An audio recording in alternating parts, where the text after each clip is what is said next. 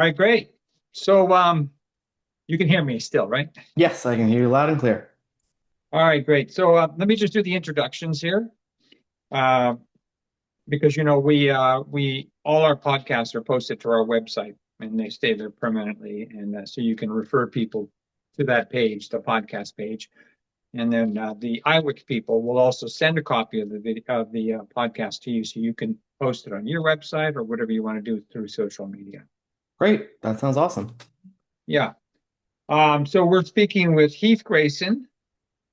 And where are you located, Keith? You're in the East Coast of the U.S.? I am. Yep. Yep. In the All right, Northeast.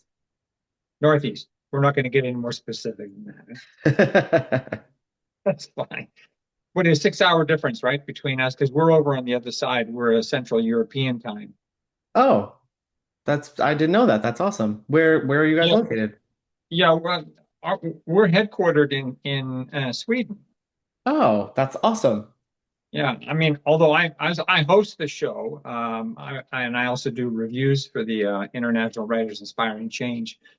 This podcast was created by them, and so basically, yeah, we interview authors from all over the world. So Yeah, that's sometimes we great. get a little confused on the time zones, but yeah, but I'm not actually from Sweden. I'm from Canada originally, in the Okay. States. Okay. I for some So reason I thought you guys were based in Canada, but I think that's awesome. yeah, That's no, super international. yeah, it's a very European-based platform with an international audience. So. That's great. All right, so Heath Grayson, and talking to you from the U.S., from East Coast. Why don't we start off with just a little introduction? Tell us about you. Who is Heath, and a little bit of your background. Sure. Um, So I have a background in communications, specifically journalism and digital publishing. And then when I had always my whole life since I was a little kid wanted to write. That was always like when people said like, "What do you want to do?" I would just say, "I want to tell stories," or I want to write." Mm. And I figured, 18-year-old me figured the best way to use that skill was to be a journalist. Well, as I was in college, the Great Recession happened and journalism changed. I remember being in like a one-on-one class and our teacher saying, like, there was maybe 30 kids, 35 kids. And he's like, Mm. about three of you are going to get jobs as actual journalists. And we were like, cool, that's super great. Love that. And yeah, You're talking about the recession, the 2008 recession, right? I am. Yes. Yeah. Yeah. Yes.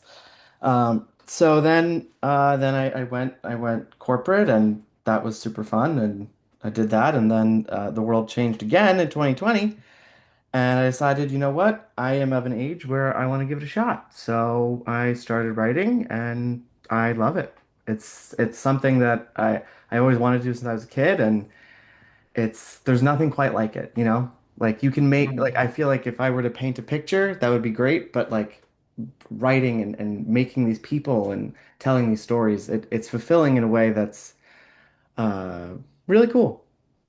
It's hard to explain it to people, isn't it? Actually, the sense of fulfillment you get from it. 100%. It's like I tell people anyone can do it because I really do believe that, and I would love if everyone wrote, but to really explain like the deep sense of satisfaction you get when you're reading a character that you wrote and you're like, whoa, this guy's awesome, you know? And like it's almost like they're real people. Yeah, yeah. Do you sometimes feel like you're, I mean, when you're writing, uh, uh, do you feel like you're right in the story, like you're sort of a part of it? Absolutely. I oftentimes I'll be writing a dialogue scene and I will literally be hearing them talking in my head faster than I can write it. So like I can't tell you how many times someone has called me when I'm in the middle of writing a dialogue heavy scene and I'll be like, What's up? How can what's going on?" And I'll be like, and then I like lose it like, "Whoa, gosh, what was he gonna say?" Because I really feel like I'm hearing them talk to me, or at least I'm in the room with them and they're talking to each other. Mm. But Yeah, no, it's pretty powerful when you think about the how. I mean, I've seen this with other authors and myself as an author. You get so into the creation that it becomes another world. You're in that dimension. 100%. Like Yeah. I can't tell you. So the my upcoming book takes place in Miami. A large part of it takes place in Miami.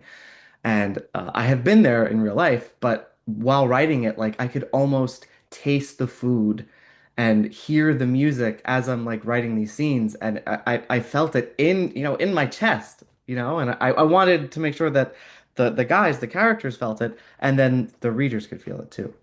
Yeah, yeah, that's cool. That's cool. I can relate to that. That's great.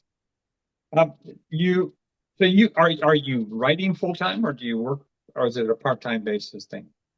It is now full time. Yep, Okay. yep. I am. There's- No, I'm very lucky to be married, so this isn't our full income, but um yeah, yeah, this is what I do now. I'm giving it as best of a shot as I possibly can. that's great. I noticed that when I was looking over your bio and your website on Amazon anyhow, is it you have 24 books published?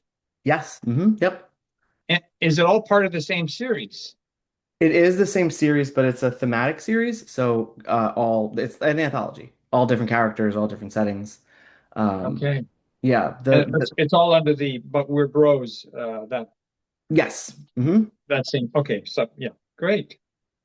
So okay, and you may have touched on this a bit when you were just telling me of your background, but was there a specific inspiration for like deciding to write in this genre? So I am gay. I'm married to a man. And I would read a lot of male romance books, and I would love them, and I would love the female authors who write for them. But I Mm. did feel that there was sometimes a lack of a very specific gay male perspective, and I wanted to see if there was any appetite for that in the market. And it seems as if there's some, at least I have some readers and they seem to like it. So, um, I So love, the no, go ahead. response is good. Is you get a positive response to them? Not all responses have been positive, but I have, yeah, Okay. primarily from either like comments or I will have some people reach out to me on email, some of which have become good friends of mine actually, that we're kind of like pen pals now. And they enjoy that more realistic sense that I bring uh, to those characters and to those experiences. I noticed that too because I read your book. I think it was the work trip. Yeah, Because I did the review on that when they came over to the Irish people shot that right. one over to me. And I noticed that the character development, you put a lot of attention on that. Yes. I'm so sorry. Yes, yeah, that is actually my main thrust. I was just reading an article about that there are four main like motivations for writers.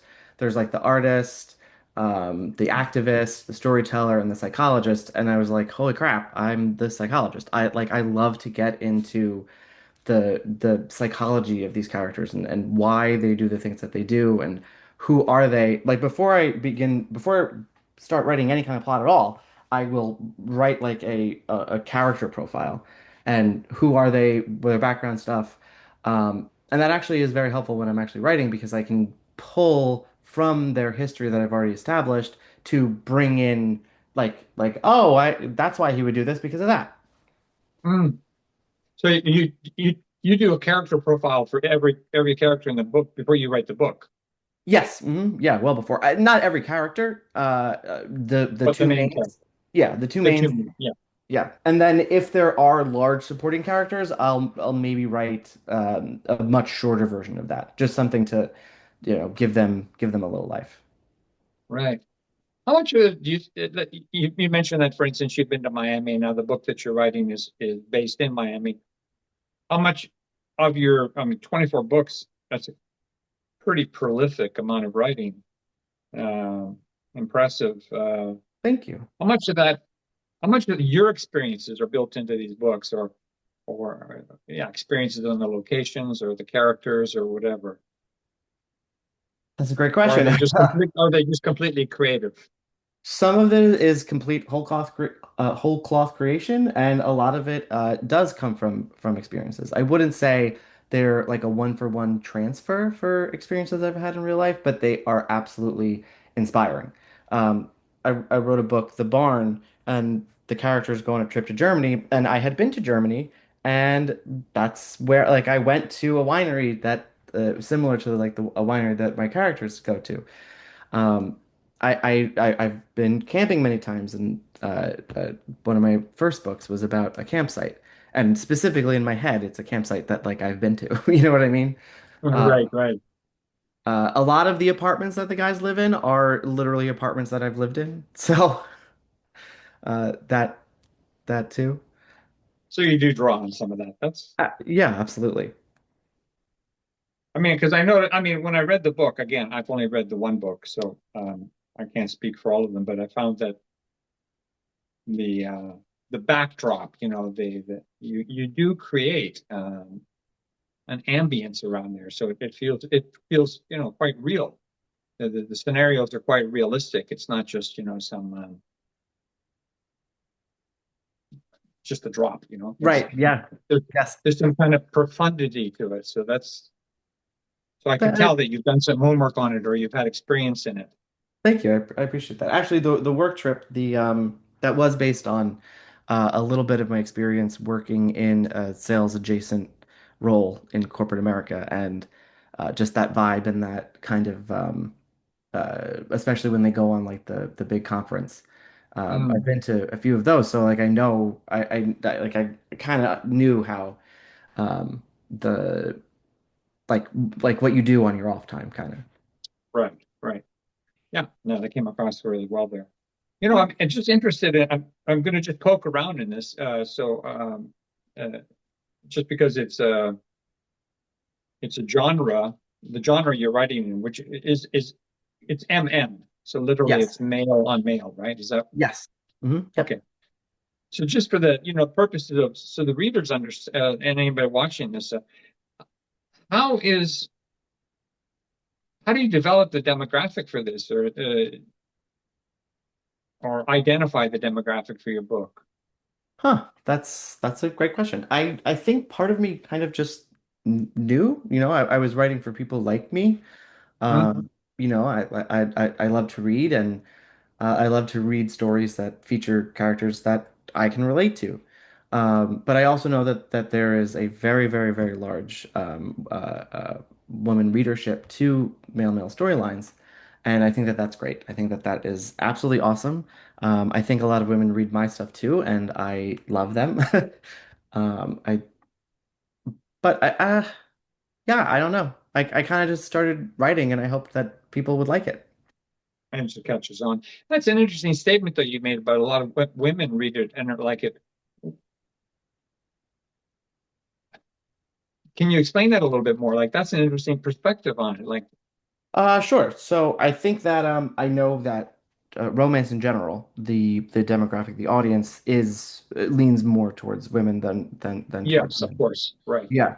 So if the overall market is whatever percent women, then you have to assume that even the stuff that is male, there are female readers. So I don't know. I think that they're great. I think my female fans are awesome, and um. I hope they like the next book that comes out. You gonna tip your cards on what that book is about, or Sure. It's actually available for pre-order right now, and it is live. It will come out live on Thursday, so the 21st. okay, Yeah. It's coming out called, Thursday. yep. Yep. It's called The Bachelor Party. It's Okay. it is technically my second dual perspective novel, but the first dual perspective I wrote was actually a sequel to another book. So this is the first dual perspective that's an original title. And it is about a guy who is the best man for his best friend, and they go to Miami on this bachelor party, and he feels this tension and latent attraction to the groom's older brother. But there's some tension between the groom's older brother and the groom, and our first POV character, Finn, has to navigate that tension, not only between the groom and the brother, but also between him and the older brother as well. Okay. So it's a lot about the relationships too. Like, I mean, like I noticed in Work Trip, you do try to really evolve the relationships and show what motivates people and how they get involved with one another. Yeah, that's what fascinates me, I think, especially in the romance genre, is that like it's such a fundamental part of being alive. So many people have Mm. had partners, and but so much ink, as they would say, so much ink has been spilled about love and romance and stuff. But like, what are the gears behind that? Like, what makes it tick? What keeps a good relationship going, and what sparks a relationship that you would never imagine could happen? The psychology of it, like you said earlier. Yeah. Yeah. Well, that's an interesting point right there. What keeps a relationship going? I mean, I'm sure you've sort of gotten more insights or sort of a better grip on it for just as a writer and delving into the subject. What do you think keeps a relationship going? Oh boy. On the page I or in mean, real life? I mean, okay. I mean, I understand the fictionalized aspect of it, but if you translate that over to real life, I think in real life, I would say obviously it's communication, it's being on the on the same page at the right time because you're never always going to agree about stuff, but you need to agree about the big things at the big times. Um, and I think fun. Like my husband and I, not a day goes by where we are not laughing. We laugh about yeah. everything. We laugh at our cat. We laugh at TV, and we laugh at each other. You know. Uh, So I think that's a big one. My parents have been married for I, they had a anniversary party a while ago. I think it was 50 years. Don't tell my mother. I forget. 5-0. Yeah, 50. Yeah. Wow. And they're very much like that too. They are always laughing, always joking around. My father sometimes so much to the point where uh, I would be like, Dad, I need to speak to you seriously. And then he'll get serious. But um, I understand. yeah. I think that's important. I think that, like I said, you got to be on the same page at the same time about the big stuff. Mm, And when disagreements come along, you need to just work it out. You need to communicate. You need to express how you feel. Even if you don't know why you feel how you feel, I think it's important that you at least express it. So that way your partner knows, because no one's a mind reader. Your partner knows where you're coming from. yeah. Okay. So that's obviously expressed in your books too, the whole concept of what makes the relationships work in the stories you write too. Right, yeah. I try to bring that across. I try to figure out how, if I always want to portray that once in a lifetime love, that Mm, real stuff that makes the characters their chests explode and their heart race and stuff. And I think the way to really do that, the way that love really works is if you have to make them the kind of puzzle pieces that fit together. Um, right. Right. No, that's good. That's good. I mean, I could, as we talk, I'm relating back to the story and remembering parts of it. I mean, you know, obviously for me, what really stuck out, I mean, was not actually the scenes where they're intimate. It was actually the buildup, Right, yeah. and how they meet and the like you said, it's the little signs, the little flags, the little, it. Yes. that Yeah, that that's gets them to finally acknowledge the fact that they want to be together and on a more intimate basis. So those little things is what I noticed in the story. right. Um, Yeah. Those are the most fun to write, honestly. That tension, that build up, that's so much fun to write because it's you're almost I mean they're basically flirting even if the characters aren't like consciously aware that they're flirting, but on some level Mm. they have to know. And that's incredibly fun to write. That's just Um, great. you notice, you have any concept or feedback on, uh, again, going back on the demographics, just out of curiosity, what age group uh, tends to read your books, or is it all over the grid? Oh boy, I would say it's all over the grid. I would think that not I don't really have a great view into that from Mm. like a metrics perspective, but I know that there are some people in their 60s or 70s reading it, and I know that there are some people in their 20s reading it. So Right. um, hopefully, as long as you're over 18, that it's for all Mm. ages. Yeah. Okay. Good. Uh, I always ask this question of authors, because um, with the digital age, with social media, with uh, yeah, what we're experiencing in the new generations, the Gen X's and the Gen, et cetera, are we? Do you see a problem with people reading books, or is it not a problem, or in your interactions with people, do you think that we're having a decline in reading, or is it, or what? Hmm. Um, I think that that is a very important question. Um, I know that I grew up reading, and a lot of my friends grew up reading. Mm, Um, I think that in at least in the US, there are a lot of people in my age group, and we are at that age where my friends are getting married, they're having kids, they have a lot less time. mm, Um, and I know that like my a few of the younger generation, Generation Z, um, they are well, at least the ones I know are reading. That they give me suggestions on books, and not just like regular books, on classics. My nephew once came up to me and asked me if I had ever read Neuromancer, which is one of my favorite books, and I was like, absolutely. And then we talked about it for like 2 hours.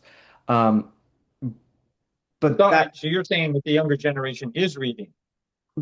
Anecdotally, the people in my orbit are.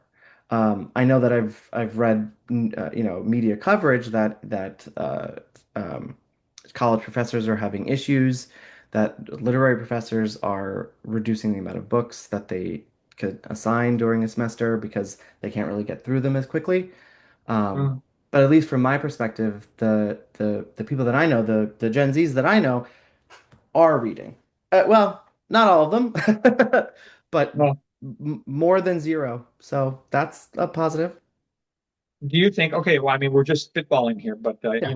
from your opinion or perspective, any is it a cultural sit?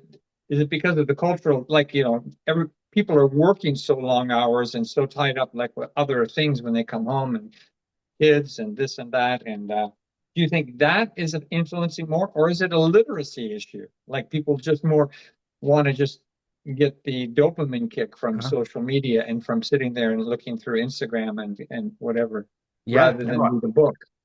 I absolutely think that that's a huge issue too. I don't know.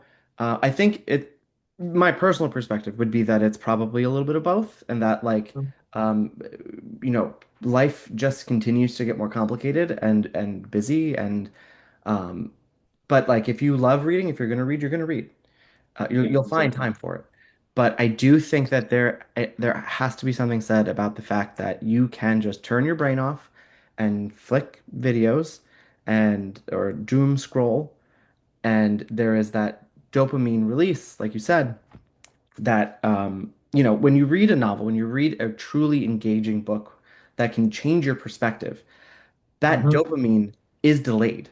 It takes time to get into it. It's a slow leak. Yeah. Yeah, yeah. But, and this is just my opinion, but personally, I think that when you read a book, one of those books that will become one of your favorite books ever, that dopamine hit is much bigger than anything that you can see on social media. You make a good point there because it can be life changing. A book can change your perspective. You know, Yeah, I very much doubt that flicking through Instagram is going to necessarily change your perspective. yeah, I don't think Kim Kardashian's latest post is gonna make anyone change their life. And we agree on that point. Well, I don't want to soapbox the issue, but it's interesting because like you write from a you said you take a more psychological perspective. I'm sort of the activist and to Okay, change the yeah. world in my books, and so I'm always looking at from the perspective of how much is the culture, and this is not to put the new generations down. I think it's a cultural thing, but how much of the critical thinking is being Mm, um, disrupted generally by the short attention span being generated through social media and that kind of stuff, where people are not, like you said, delving into a book, which can change your perspective. But if you don't read deep, you don't think deep. right. Yes, I do agree with that. I think that um, it takes if you don't it's, reading a book takes attention, and if you can't focus your attention for long enough, then you're not going to enjoy it. I mean, books are ultimately a form of entertainment and media. I personally Yeah, believe that books are one of the best yeah, forms of entertainment media, but you know, for some people it's just not there. mm, And I do think it's cultural. I don't think it's generational because people in my generation, people above, everybody's on their phones all the time. So mm. me Yeah, too. I agree with you. I don't want to pretend that I'm not. I absolutely, I'm very guilty of it myself. And I guess Yeah, to that point, I think that there is a place for it, everything in moderation. I enjoy going on social media and consuming that stuff, especially if my brain is exhausted and I just want to sit down for a little while. I think it becomes a problem maybe if, you're doing that for 8, 9, 10 hours a day, then that's yeah. probably not great. No, but I think that's a good point. Yeah, I think it's more cultural than generational, and that it's the Yeah. culture that influences it more than anything. Yeah, that's my perspective anyway. Yeah. Well, it's good. You satisfied my question there. So, all right. So you have a new book coming out. You said on Thursday. On Thursday, yep. Well, that's exciting. Yeah, maybe the iWork people should do a feature on that one for you. Yeah, that would be great. I this book in my personal life, things things were crazy for this past year, but very, very busy. And it took me about a year to write it. Mm, And there's a lot in there. Um, and it's I think I gave the premise earlier, but it goes deeper than that, and I really hope that people like it. mm. That's an interesting point. I mean, 24 books later, so this is number 25 now, right? Yeah. This is Hmm. you find that you're becoming even more profound in your storytelling. Is it more depth to it than if you look back on your first book and how you has it been evolving in that direction? Absolutely, 100%. Not only in the depth of the characters and the themes, but also just like the length. When I first started, I wanted to release a book like every other week. So these were novellas, and I tried to put as much character and life into the guys as I possibly could. But Mm, with, five 5 to 10 chapters, there's not as much you can do. Um, and I think that I'm just also, as from a craft perspective, I think that I'm evolving. I hope, after 24 books, I hope that I'm learning and just trying to be better. yeah, that's great. I mean, I think there's also the cathartic aspect of it, like you said, like the feeling that you get. I mean, but there is a cathartic aspect to this whole thing, isn't there? Don't you? Would you agree? Oh, 100%. 100%. There is when have been multiple times where something has come up, a theme or an issue, and when I'm an outline writer, so like I like to outline my stories before I write. Um, Mm. and like when I'm outlining it, no, that's fine. Yeah, that's cool. That works. And then as I'm writing it, I'm like, oh yeah, oh no, I should, yeah, that's what it should be. And then I'll read it like, months or a year or 2 years later, and I'm like, holy crap, that's actually about that in my real life, and you're almost able to express things that you don't even know you need to express. Yeah, when you're looking back on it, when you can see Yeah. what you were talking about back then. Yeah, of course. Yeah. Yeah, absolutely. It's like your subconscious is processing all that stuff and it comes out in your writing and then it's almost like, oh yeah, I've kind of already processed that, but you didn't. Your characters did. What do you find? I mean, maybe I'm this is a redundant question based on what you just said, but like you find that sometimes you're actually working through your own past experiences or problems or maybe even a trauma while you're writing the story? Is there, Um, hmm. or are you much more exterior to it all? I think that from like a 40,000 foot perspective, sure, I could say that. I Hmm. don't, nothing that I've written so closely correlates to my own actual life. But Okay. there are definitely themes or emotions or reasons for emotions that have come from right out of my real world and my real head. So I think that that's absolutely true. But for me, the experience of writing it, I'm so deeply into those characters and that world that, Heath, the writer, kind of ceases to exist. And it's only after the work is done that I can look back and be like, oh crap, yeah, that was about that, wasn't it? Exactly. I understand that. I totally understand that.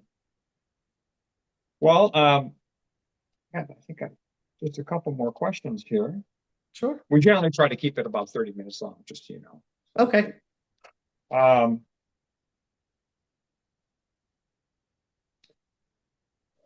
besides the book that you have coming out now, do you envision a different? So this is still on the same line of the We're Bros. It's the same series, right? Yeah. Do you any plans for jumping off onto another line of books, or are you going to just keep it going on along this one? I have ideas. I have ideas on how I could change it up without um, straying too far away from things that I know that my readers like.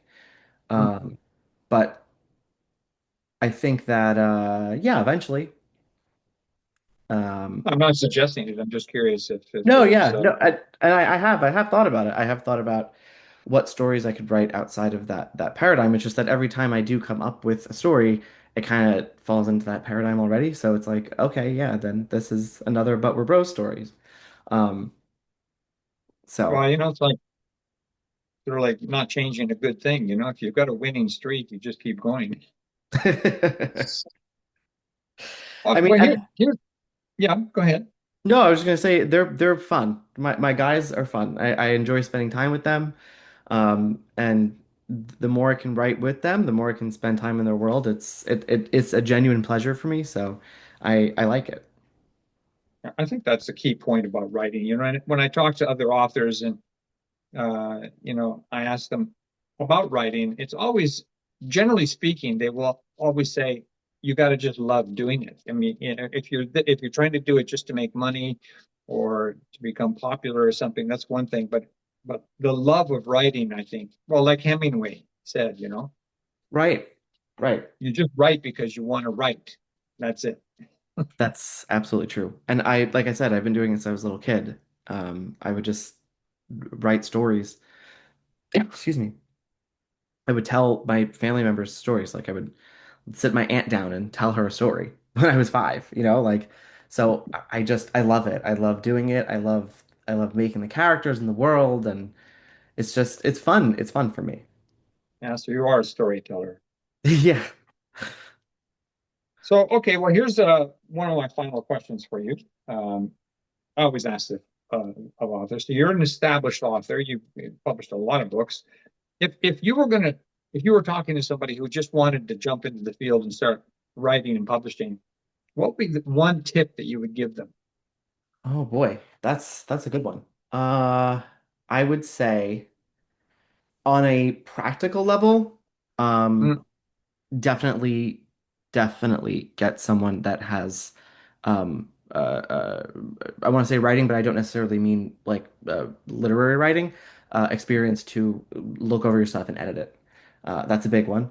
And other than that, like look at what, um, look, not look at, I guess, look inside and say like, what do you want to say? What's the story that you want to tell? And who mm. are, do you think, the people that will best tell that story? And then you'll find those characters and you'll find that story. Good, good, good. That's an interesting point. Just before we end off on this, do you ever find yourself hitting the wall and sort of a writer's block, or do you have it pretty much mapped out and you just are able to just plow through? Knock on wood. I don't suffer from writer. I guess that's not true. It's not so much writer's block as it's writer's burnout. You know, like I'll be writing and then it's not that I don't know because I outline, so like I know what's going to happen, but I'll come Yeah. to a scene and I'll be like, oh, I don't know how this is going to happen. It's not the what so much as the how. Um, Mm, yeah, and there many times I have, you know what? I need to be done for the day. I need to go. I need to go sit outside, have a cocktail, play a video game, something to like completely disconnect. And then sometimes later that day or sometimes the next day I come back and then I'll be able to see the how again. yeah, yeah. No, good. I can relate to that. Yeah. Sometimes it just takes a coffee and talking to your cats before you go into Yes. the yeah. Although my cat, and I love him so much, but he will get angry if I close my door and it's time to write, because then he wants to come in, and then Yeah, once he's in, he wants to immediately leave. yeah. And then it's a paw on the keyboard. Yes. I understand. I have two cats too. Well, it's been a great conversation with you. Yeah, absolutely. Really enjoyed it. What we'll do is the IWIC people will actually finalize the video, throw it up on their podcast page. They'll also distribute it through their social media channels, so it's a lot of Awesome. people can actually see it. And they'll Awesome. send a copy of it to you through some kind of a transfer, a document transfer service. So be a Okay, bit of great. help with that. And yeah, I mean, stay in touch with us if you've got some new book, this new book or whatever in the future. Sure. We'll be happy to do another feature and review. I mean, That would be who great. knows? I I would love might be the that. next reviewer. Yeah, yeah, that'd be amazing. Okay, Heath, great talking. Thank you very much. Yep, And and yeah. enjoy the rest of your week. Thank you. You too. Thank All you right, very much. man. All right. Talk to Have a you good later. one. Bye now. Bye bye.